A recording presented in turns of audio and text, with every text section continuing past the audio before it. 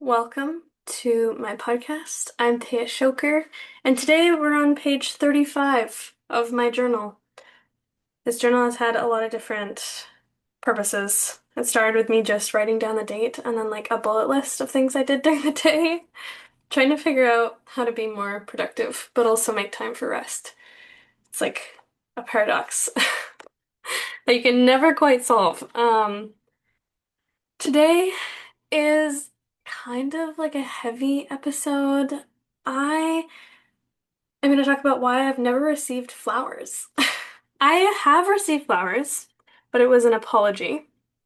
It was not in like a romantic way. It was not like it was a nice gesture, but it wasn't like, there was a lot of reasons why it felt sad and not like a happy thing, if that makes sense. I'm just gonna tilt my camera down a bit because this is like a new setup. I'm at a new house. I moved like not too long ago. Actually, it's been a while. It's actually almost been a year. That's crazy. Um, yeah, so why have I never received flowers? Past Taya would have said it's because like I don't deserve flowers, which is insane. Because what do you need to do to deserve flowers? Like there shouldn't be so much of like a reasoning behind giving flowers, I feel like. It's just a nice thing to do. It's sweet. It's generous and romantic. As a poet, I thought I'd receive flowers by now. I'm not gonna lie. It makes me kind of sad that I've never received flowers. And it's not quite like the flowers part. I feel like this is a metaphor for like a bigger problem and issue, and I don't know how good I am at talking about it because it's something that I'm just learning about. But the whole dating scene in 2025 as a 20-year-old is just crazy. This is like not at all what I expected dating and romantic life to be like at all when I was younger, like not even that long ago. I really thought that love and dating was like a romantic, magical thing. I didn't ever believe in like the fairy tale happy ending, but I did believe that there was like some kind of magic about love, and I thought that people were more genuine and thoughtful and romantic. I always really imagined like romance and so many different forms of it. Like, I'm an athlete and a writer and a reader, and I love all different things like movies, art, music, video games, reading, writing, like I said, and I'm a poet. So I imagined like what it would be like to have somebody come watch me play soccer or have someone take me out somewhere like to see the stars or go to the beach and go walk in like gardens and parks, like free dates, like nothing crazy. I just thought that, I would be on like picnic dates and go to the bookstore. And this is also not to say that those kind of loves don't exist. I know they exist. They have to. I exist. I love like that. So there has to be someone else out there. There's probably so many people out there that love like I do, but unfortunately, I have not quite met anyone like that, and it has made me feel a little bit disappointed. And it's kind of lessened like my hope for those things. And I am definitely in a place right now where I'm reconsidering what romance and love looks like in my life and what it means to me, because I'm not actually sure if what I want is just what I've been told I should want by the world, by society, or if it is really what I desire deep down. But I wanted to say, like, the reason why this has kind of come up for me recently is because recently it was my birthday, and I was with someone for my birthday, and it was also happened to be our 3 months on my birthday. So I had planned like what I kind of wanted to do for my birthday with my friends and family. Just wanted to like be together and celebrate and go for dinner and stuff. And then I also really wanted to go and do something with this person that I was with. And I thought we could go to like a little garden nearby and just have like some time to like walk and talk and just enjoy like the really good summer weather in the city. And I was really excited for all that. And the night before, my mom told me that in the morning I should like wash my hair because I wanted to wash it at night, but she was like, wash it in the morning or like take time to get ready in the morning because there's something that we're planning and it would just be better if you just, spend like an hour or two in your room in the morning. I was like, okay. So I decided like not to wash my hair and I would wash it in the morning. But what I was told later is that this person had like messaged my mom and they were like, I knew that there was like a flower shop near my house. This is the day before my birthday. And he was like, I knew that there was a flower shop, but it's not there anymore or something. And he's like, in the morning, I'll go and get flowers. Because I had like subtly hinted at wanting flowers, like for a while. Like I would just be like, oh, those are so pretty. And like I love flowers and I've never received flowers. And I was like, that would be nice. And we have never really gotten flowers before because of like allergies in my family and just not wanting to have them inside. But lately we've been putting flowers outside in our backyard on like a little like table patio thing. And I just thought it was so cute. It was right by the door. So every time I'd come home, like I would see flowers there, like for my sister's birthday and my mom's birthday. And I was like, it would just be nice to have some for me. And it would be really nice if this person bought them for me. Because I've never had somebody buy me flowers. And so the plan was that I guess in the morning on my birthday I was gonna go and get them. But then he told my mom that he was gonna get them for our 6 month and not on my birthday.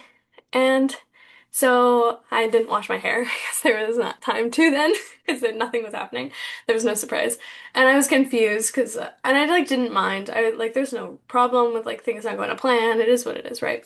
But I was just like, oh, I didn't know like what it was and I didn't, like, I kind of expected flowers, but then I was like, okay, that's fine. It's not a big deal. I just kind of gaslighted myself that like, it's not a big deal because it really isn't, right? It's just flowers. But then on the other hand, it is just flowers. It's really not that deep. It's not a big deal to just get flowers. Like, what makes it so hard for someone to just get something that someone would like and would think is nice? And yes, flowers die, but there is like something about the gesture that is just very like romantic and sweet and thoughtful. And I personally love flowers. I love roses and daffodils and all sorts of flowers. That's the only ones that I can think of right now. I love roses. Like roses are my favorite. But I really would appreciate that and maybe another person wouldn't, but I would. And to not receive them when I asked for them. And I've gotten a lot better at like asking for what I want. Like I'm not like I think that I just like any person, you kind of want someone to know how to love you.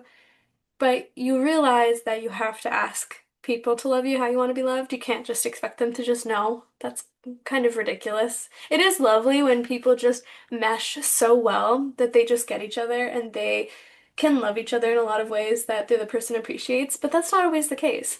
And love takes time and effort, and people also change. People's interests change, their love languages change, so it's important to like not only inquire about those things so that you can love someone how they want to be loved, but also to make an effort to tell people how you want to be loved so that you can feel fulfilled. So I did. I made an effort to kind of put myself out there and be like, hey, this would be nice, I would like that. And then I didn't get flowers. And I was just really sad because like that kind of insecurity snuck up on me a little bit where I was like, do I not deserve flowers? Like, is that just something that I will never receive? Like, is it just there's something wrong about me, that's the reason why I didn't receive them ever and won't ever. And obviously I knew that that was not true. It was this part of me speaking that was really afraid. But it still like it kind of hurt because I was not sure like why someone wouldn't like what stops somebody from getting flowers. It's such a like simple thing to me. Like it's I would I would be so quick to just get someone something like that. Like I am the kind of person that when I heard that this person was feeling sick and they had a test, a really big test for school in like a couple days, and they were studying for it and were feeling like a little anxious and, not feeling well, physically well. I put together after work, I put together a little basket of things to make the person feel better. Like I put halls in there, I put some tissues, like little ones that you can take into like the lecture hall. They're like the individually packaged Kleenexes. This is for all the people listening and not watching. They're like the little individually packed ones that you can get at like Save-On or Superstore and stuff. And I went and got all these things and I just put it together because I was like, it'll make the person feel loved and cared about. And it's something that I would want if I had a test or something. And I feel like I've always been loved that way. I'm so extremely lucky to have such a great support system and home life and family. And my mom is just such a rock star. Like, she is always the first person to be like, what do you need? How can I help you? I'm here for you, whatever it is, like physically, mentally, emotionally, like I will go out of my way to make you feel loved when she can. And I really do value that kind of love that is again, this is something that I'm like rethinking a lot too, is it's like that all-consuming love. It's like, can love be all-consuming and still sustainable? Can it be, can it ask so much of you and can you give so much of yourself while still feeling whole? I don't know. I don't know the answer. It's something I'm figuring out and I'm learning. But loving, like knowing a love like that, growing up with someone that has just consistently shown how much they love me, has kind of shaped how I approach love, not just how I express it, but how I want to receive it. And I want to be thought of that way, and I want to be considered. And it doesn't have to be, oh, yeah, like I don't know how I feel about these things yet. It's still something I'm exploring, but like, do I want to receive an all-consuming love? It kind of scares me sometimes to feel like the forefront of someone's life and like something that they're to be someone that they value and rely on so heavily. It is a little bit scary, but I think there's value in that kind of connection and to have somebody in your life that is like a ride or die long-term partner. There is a lot of value in that, I believe. I still feel that way. I'm just not sure like what it should look like and what it should feel like. Those are questions that I've had recently that I want to explore more and I want to learn about more. And especially the book that has really brought a lot of these questions to mind. No, I hate ruining books. I almost ruined the cover. Is Communion. I don't know if this will be backwards in the video, but hopefully not. Communion, The Female Search for Love by Bell Hooks. I'm sure, I hope that you've heard of Bell Hooks because she's great. Like the books that she's written and the topics that she's touched on is just phenomenal, and I highly recommend reading any of her works. But this is my first impression of Bell Hooks, and this book has been so uprooting and it has left me like speechless many times. I don't know if you can see all these little note tabs. And for those listening, my book is like there is more note tabs than pages there. Like you can't like even in this little spot, it's just so many. Th this is like every note tab is like a time that I was like, wow. And I guess they're called like stickies, like sticky notes. I don't know why I'm saying note tab. That's weird. But every time I put a sticky, I was like, whoa, that was very um thought-provoking, or that was very, like, it really made me question beliefs that I held without, the beliefs that I just adopted without question. It made me question them. So I really have been inspired to reconsider a lot of things and to think about a lot of things through this book.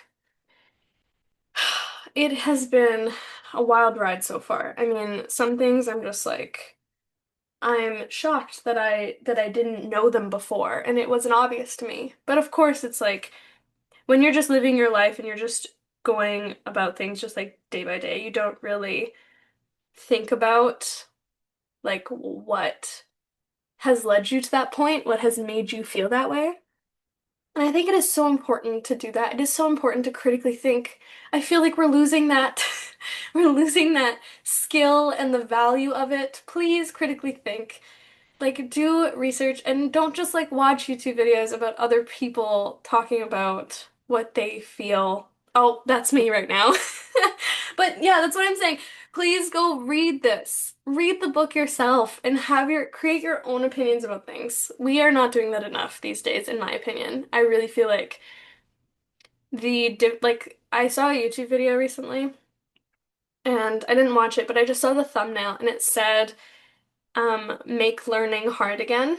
And it just got me thinking, like just that like line made me think, what about learning isn't hard anymore? And what is the value of making learning hard? And I just think that when you're just given information, you're not seeking it, I think you just kind of agree with it without further exploration. And then also, I think that it doesn't really solidify in your mind necessarily, at least for me personally. Like, even in college and in university, I have felt like if I just like read the slides in the textbook, I'm not absorbing anything. But if I go out of my way to like really understand topics on a deeper level, I do a lot better retaining that information, especially like for tests and things like that. This is a really cute mug. It says I read past my bedtime, which is so true. I love it. Um, yeah, so about like how I love and how I want to be loved. I don't know if it necessarily like relates to love languages, but I have wondered recently if it's like, of course we can have preferences towards different love languages, but I wonder if like there is value in loving in every language. Like, yeah, spend quality time with your partner and buy little gifts for them and, scratch their back or give them a head massage, hold hands. Um, and what are the other ones now? I'm forgetting. What are the other love languages? I'm gonna search it so quick. Love languages. Oh, and there's like another love language that's like not as popular. Well, it is popular, it's just not talked about because there's five love languages, but I heard about this one time that's called like being known. Somebody knowing you. And I really love that one. Like, and not just being known like the person gets you, but like they remember what you want on your Subway sandwich. Or they know, what would make you feel uncomfortable. And it's not like they have to like know what's happening in your mind, but just that they pay attention to you and they know you, like the core of who you are. I feel like that is like hands down my favorite one. Besides, like, I feel like that's my dog at the door. Let's see. I was so wrong. I'm so disappointed. Usually he like pushes his head up to the door and I can hear him, but no. He's not bugging me today. Okay, so the five love languages. I don't know why I just can't find it. Okay, words of affirmation. That is a great one. Why wouldn't we want to speak to our partners that way and express like just the simple, like in this little article it says you look really nice today. Oh, that is so sweet. Like just the smallest, just genuinely loving your partner, like liking them as a person and wanting them to know that. I don't think that we've had a greater capacity for vulnerability in the past, but I don't think we still don't have a great capacity for vulnerability. And I'll say that again because I kind of stumbled over the words, but I don't think in the past we've had a greater capacity for vulnerability than we have today. But I think today we still don't have enough of a capacity for vulnerability. I think some of us, and maybe there's always been some people that have had a capacity for vulnerability, and maybe it's like social media and all these other factors that make that more obvious today. But I think that there's been more research on these things and more of a conversation about vulnerability and its importance in connection and in daily life and mental health for any individual. I think we're like on our way, maybe, to be more vulnerable. On the other hand, I want to say that we're not because, oh, like, I don't even want to get into the topic of online dating and social media, and the entire world is changing before our eyes. So it's like, it's no surprise that we're really struggling with these things, but it's also just, like, I do feel like we're talking about it more. So I don't know. I don't know where we stand with that. Are we more vulnerable? Like we have a greater tolerance and capacity for vulnerability, or do we have less? Because I also find that like rejection, I don't know if people always took rejection really poorly, but I've noticed like in my own dating experiences that people are not very tolerant of rejection. That's just my experience. I have no idea what that means on like a large scale. But yeah, words of affirmation, gifts, acts of service. This is one that I actually love doing for other people, but I don't particularly like I still value it, but it's not like on my number one for receiving. So acts of service is like doing something helpful or kind for your partner. The more that I read these love languages, the more I feel like why did we ever think that we can just do one or two? Like, I feel like truly loving someone is like trying to do a little bit of everything, you know? And then again, that's that topic of like all-consuming love. Is that the right thing? Is it how can you be all-consuming? Like, how can you love so entirely and still stay true to yourself? And what does that look like? And of course, that's different for each individual. I'm wondering what that is for me and what that looks like for me. Quality time, physical touch, and those are the five. I can't believe there's only five. I feel like love is so much more complex than that. That's something else. I do have this podcast in the works, um, but I wanted to do one about like the power of language. The way that we talk about things really does affect our psychology and our perspective on issues, on life, on ourselves. And so even just like categorizing love languages into five, it does. Like, there's this concept, now I'm kind of forgetting it, but there's this concept in science, in psychology, where it's like, um, if you like oversimplify a phenomenon, you lose a lot of context. I think it's in psychology, actually. I learned this one. I don't know if it's in other sectors of science, but let me see, like, what is it called when you oversimplify phenomena? I don't know, in science. I'm doing so many more Google searches than I expected to. I'm sorry if this is like slowing down the video. Generalization? But I feel like there's a term for it. Oh, the oversimplification fallacy? Maybe? Correct me if I'm wrong. Leave a comment if you know what it's called. I'm just gonna go with that because I don't want to keep Google searching and leave you all just like listening to my keyboard because that's not cool. Yeah, so I guess all of this to say that love is really not what I thought it would be. And that's like sad, but it also opens up this possibility for something else. And I have also realized a lot in the last like year. how much like self-love truly does mean. And I think that we have a lot of conversation around self-love today, but it's not necessarily like, I think it's still rooted in a society where truly loving yourself is not encouraged. And if you just think about the way that we are marketed things that tell us we're not enough, that we are too little, that we're not tall enough, we're not smart enough, we're not pretty enough, we're not, our skin isn't clear enough, our hair isn't voluminous enough, it's not shiny enough. Our clothes are too, basic. They're not flashy enough. They're too flashy. They're like too revealing. They're not revealing enough. It's like and that's all from like I think a female perspective and like what I have seen, but there's so much for men as well. Just like you're not masculine enough, you're not tough enough, you're not strong enough, you're not like assertive enough. It's like there's so much that is just pushed on us to tell us that we are not enough. So I think that this conversation about loving ourselves is a really good one, but I think it is a quiet rebellion to love yourself. And I think that the current conversation around self-love is not, it's still, like I said, rooted in this society where if you really love yourself, you would not like fall prey to a lot of capitalist um, marketing strategies.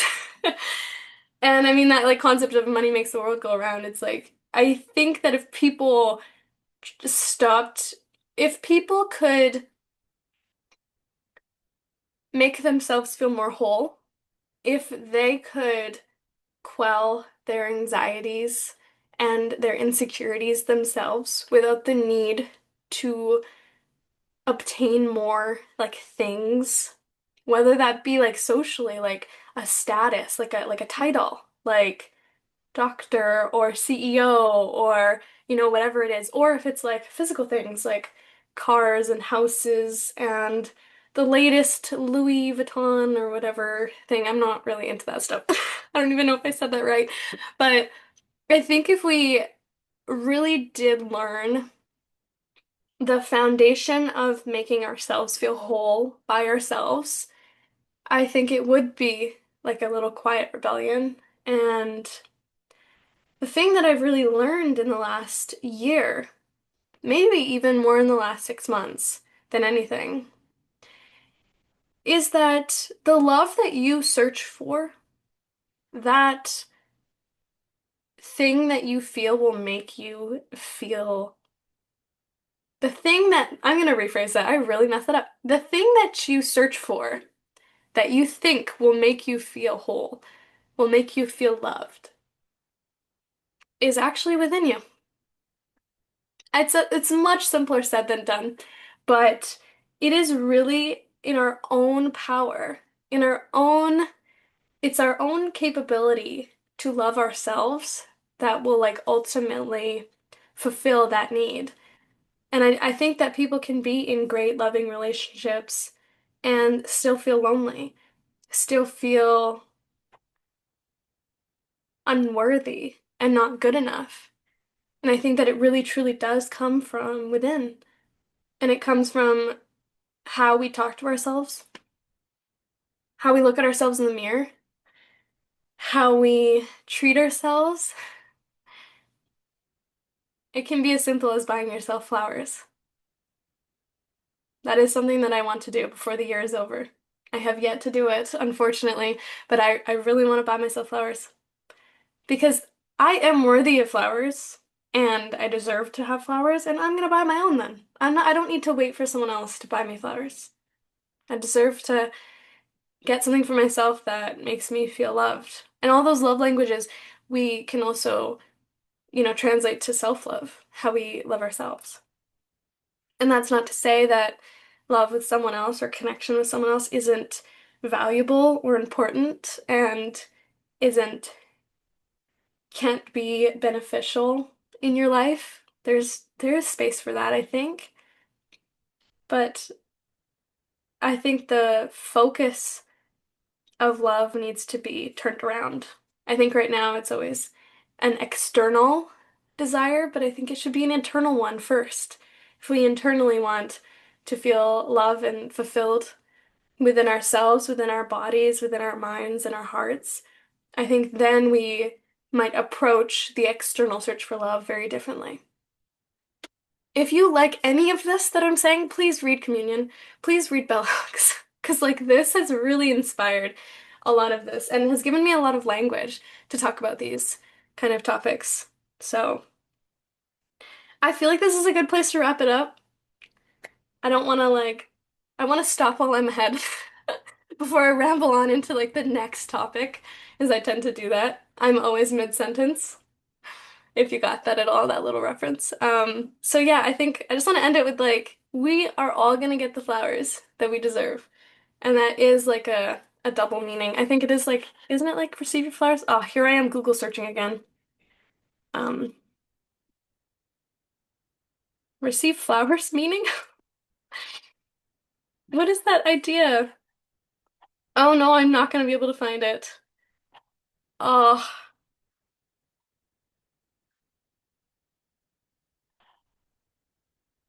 I can't find it, and that's so sad. There's this song that has like this lyric where she says like, we're all gonna like we're all gonna receive the flowers that we deserve. Look at me, I didn't stop while I was ahead, and now we're Google searching again. And you're just hearing my keyboard clacking. It's here somewhere. Just give me 1 second, I promise. Please. Where is it? If I don't find it, I'm gonna be really sad. And I had this idea to say this like from the beginning of the episode. And now that I'm at the end, I can't remember.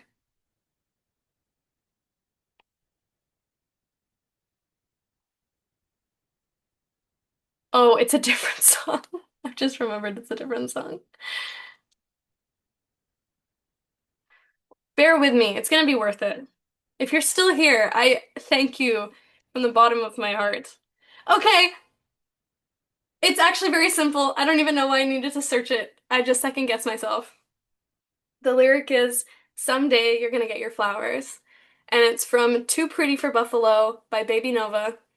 It's a great line because, receiving flowers or getting your flowers means like getting the accolades for what you have done. So I just wanted to end with that because I thought it was kind of clever. We're all gonna get our flowers someday. I hope to see you in the next one. Bye.